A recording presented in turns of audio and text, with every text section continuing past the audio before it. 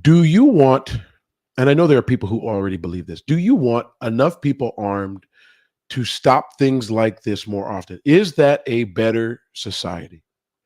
I know we're divided. I know half the country would say no, that's ridiculous. If you give more people guns, you don't know their circumstances, you don't know their training, you don't know their mental state, you don't know their capabilities. More people are just going to die. Which I suppose the argument to that is there are already 400 million guns in America. Then it would beg the question, if we did want more people to have weapons and the intention or the hope would be that they would use those weapons in situations like this, I guess the question would then be, if we want to continue the culture of more guns, can more training be required? Would that be more valuable? Would we all be safer if that were a more integral part of gun ownership in America? If our culture won't let go of guns, if the Second Amendment means so much to people that the lives of others becomes less important, do we have to have better training? Is that well-regulated militia something that we should be looking at as an alternative to the just back and forth fight about whether we should have them or we shouldn't have them? I think I've been clear. My motivation would be, what weapons can we have versus the ones we can't? Most people aren't carrying rocket propelled grenades right now. Don't think you can go to your local gun shop and buy one. So my argument has always been, I believe people have the right to bear arms. I believe people certainly have the right to protect their families. I have questions when they leave their home about their skills and their abilities. But then you get stories like this where a real person, a 22-year-old, stood up and did what he thought was best, and he took the life of that shooter, of the person who killed people in Indianapolis. It's a great story where other lives were saved. It's the other side of the constant barrage of guns are bad and they're a problem. Could we live in a society where more people had access to guns? And if so, would more people be agreeable to better training? Now, this obviously goes right back to where we were yesterday on Me Monday, when we were showing that, you know, uh, dozens of well-trained, well-armed, well-protected, well-prepared cops weren't prepared to take on an AR-15 at Uvalde in Texas. And that argument has to be real to people, people who are trained, recertified, people who understand how the weapons work, how to use them, what to do with them, the different scenarios. They're getting training on de-escalation. They're seeing the activities in other police departments. They're getting debriefed on all of these things, all of these scenarios. They're probably the best educated people on handguns in America on a day-to-day basis, and the use and the interactions with people. And they struggle. So it begs the question, what would it be like if everybody were carrying concealed weapons without the training, without the certification, without understanding the most basic concept of a backdrop? Different police departments, different sheriff departments have different backdrop rules. Obviously, that may go out the window in a very, very critical situation, but some of them have to be mindful where they're shooting. If they miss their target, do they kill people behind the target? Is that something that the average person is thinking about when they have a gun in their home? What direction are you shooting? Will it go into another room in your own home? Could you potentially harm people in your own home? These are all the most basic questions in the world. But what I don't understand is, in our country where it's supposed to be we the people, I think we are as far from answers on any of these things as humanly possible. I just don't know if we could be any farther away from answers. We're going to continually explore that. I want to talk to you about that, your beliefs. What do you think of for your family? How do you handle it at home in your situation? But we're going to keep getting more stories. We'll hear more and more and more about good guys with guns. Here's another one. A good guy with a gun saves the day again, this time killing a robber who held a knife to the throat of a Missouri gas station clerk. I don't think I honestly had a choice. That's what the armed citizen said. Pulled up to a gas station to go to the bathroom. He saw some activity inside, didn't feel comfortable with it, stuck around, saw that the person walked into the store, grabbed the clerk, immediately put a knife to the throat of the clerk, went in and took him out. That's probably the other side. I think I spent a lot of time talking about the fears and concerns, and I certainly spent a lot of time talking about the children, because quite frankly, I had a debate with a friend. I'm even concerned that I lost this friend. Facebook debate, friend I haven't seen in 10, 15, maybe almost 20 years. It was about vaping and the fact that vaping helps a lot of older folks break their addiction to cigarettes, breaks their addiction to nicotine. And I understood that. And you could even factor in, people who are veterans and PTSD and the different ailments, and how smoking for them helped them deal with the things they were going through, and that the transition from from smoking to vaping was even better for them. But I said to this person, my concern about kids using vaping as a tool because it doesn't smell as bad, or it has flavors, it's easier to conceal from their parents, it's not all over their clothes, on and on and on. I was just honest. My concern for the children was greater than the concern for adults. Adults are better prepared, better equipped to deal with the circumstances that they have to deal with.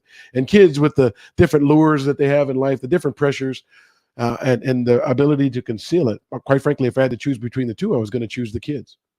Now, this particular friend was a little bit more immersed in that situation. I believe they had a retail store or either a wholesale shop where they were selling vapes, and they did have that altruistic goal of helping people. And I didn't question that for 1 second. I know that my friend was trying to do that. I believe that that's what they wanted to do. But my concern in this divided nation was, I work with kids. I was more concerned about kids. It was too easy for them to take on something that, quite frankly, had been fading. I know cigarette smoking in America has faded. It's dropped so far. Not being able to smoke in every restaurant, not being able to smoke in every circumstance has really changed things for a lot of people unless people smoke. So my concern was for kids. So in this case, when we talk about good guys with guns, are we prepared? Will we be better off? Are there going to be enough responsible adults? Will there be people willing to get training? Can we be more responsible about it? Is that the other side of the continual debates about whether we should or shouldn't have them, what we should have, what we shouldn't have? People constantly fighting for their their Second Amendment right to have guns. Don't get me wrong. Some of those same people want to stop your First Amendment right to free speech. And some of those people want to ban things, and they want freedoms, but they want freedoms as long as they're in line with what you think. But as it relates to the good guy with a gun, is that enough for you to reconsider your perspective on guns? That's why we're here.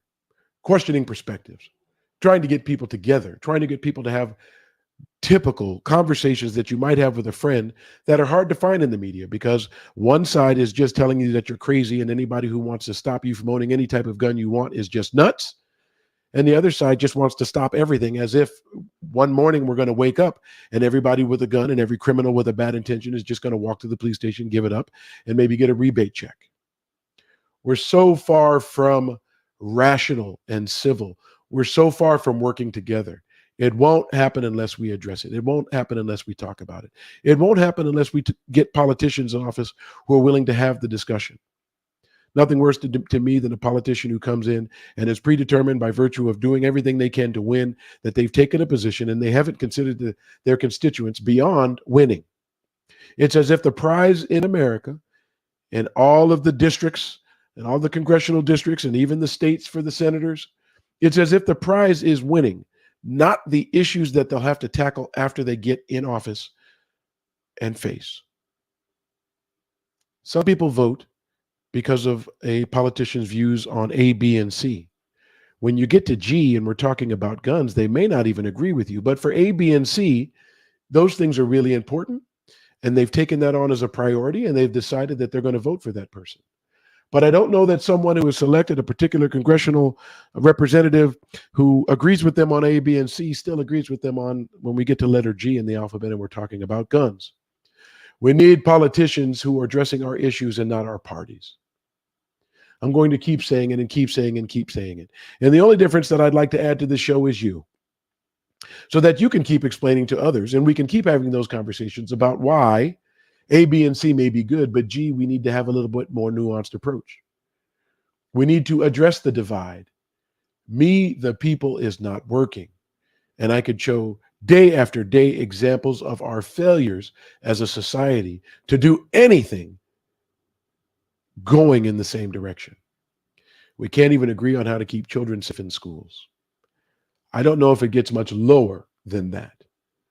If we can't fight together for our children, what can we unite on?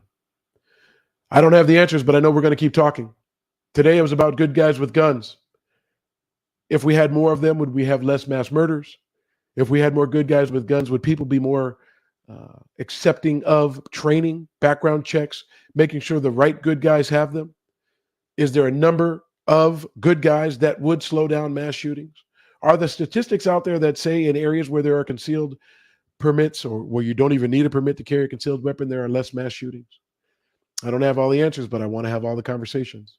I'm going to do a better job of keeping them short until we're better equipped to bring you on. Again, I want to thank you for being willing to go along with this experiment. Let me test and try and work out the details.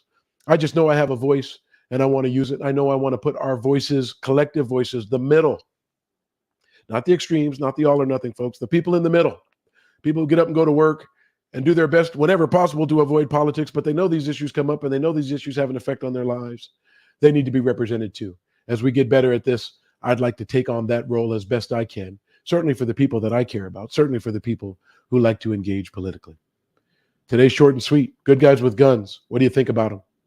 What could we do to make that work instead of the constant fight to just eliminate things that, quite frankly, I don't know that we could ever get our country to eliminate?